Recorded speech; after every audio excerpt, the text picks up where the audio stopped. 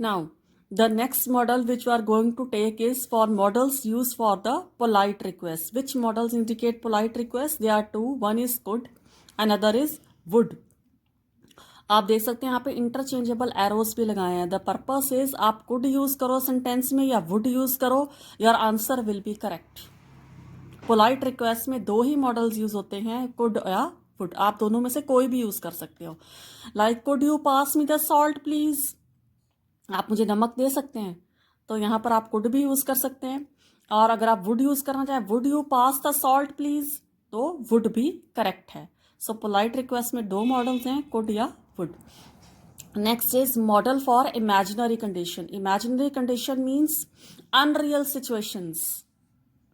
वो सोची हुई हैं लेकिन वो तब पूरी हो सकती है अगर ये कंडीशन हो साथ में. ठीक है, the things are in the imagination.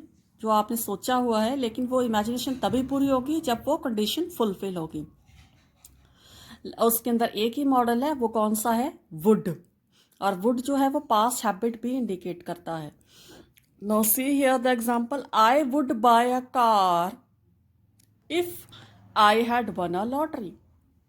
तो मेरी इमेजिनेशन क्या है? I would buy a car. ये सोचा है कार लेनी है, लेकिन कंडीशन क्या थी? If I had won a lottery. अगर लॉटरी निकल जाती तो आप कार ले लेते. I would go to Paris if boss had allowed me. तो आपकी इमेजिनेशन क्या है?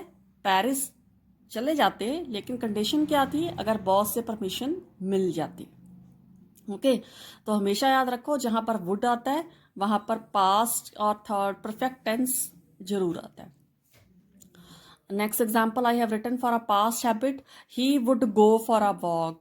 It is a past habit of a person. He use to go for a walk. अब पास्ट हैबिट में आप वुड भी यूज कर सकते हैं, पास्ट हैबिट में आप यूज टू भी यूज कर सकते हैं. तो दोनों इंटरचेंजेबल है. Now I am going to show you an example. अब आप देखोगे it is a very interesting example. एक ही मैंने यहाँ पर एग्जाम्पल लिया है और उसमें आपको 4 मॉडल्स क्लियर हो जाएंगे. सबसे पहले देखो, while driving a motor bike you dash wear a helmet. यहाँ ब्रैकेट में मैंने लिखा है सजेशन. उसके बाद है while driving a motor bike you dash wear a helmet. Bracket में लिखा है फोर्स्ड सर्कमस्टांसेस या लॉ. उसके बाद लिखा है while driving a motor bike you dash wear a helmet. Bracket में लिखा है moral duty. Last is while driving a motor bike I dash wear a helmet. It is necessity. अब आप देखो एक ही एग्जाम्पल लिया है, लेकिन 4 different modals are being used there in each sentence. और आप देखोगे कि सभी सेंटेंसेस का मीनिंग डिफरेंट हो जाएगा when you are using a different modal. So let us come with the first example. While driving a motor bike you dash wear a helmet. अब मैंने आपको बताया था सजेशन में हमारा कौन सा मॉडल होता है? Should.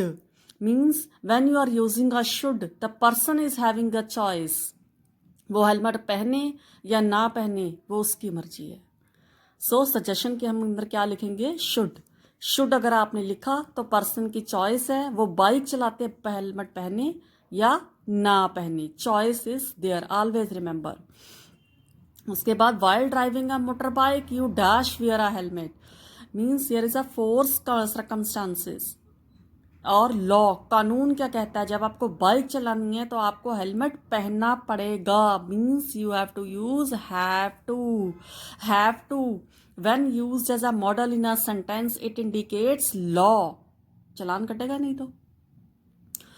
Next is while driving a motorbike you dash wear a helmet. It is written moral obligation means it is the best option to do. तो उसके लिए हम क्या यूज करते हैं? ought to. ought to means best option, सबसे बढ़िया choice क्या है?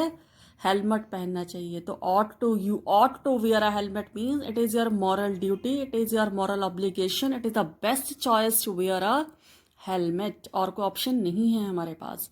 और लास्ट में अगर हम लिखते हैं while driving a motorbike I dash wear a helmet, it means it is a necessity. You yourself are feeling it is a necessary to wear a helmet. तो क्या आएगा?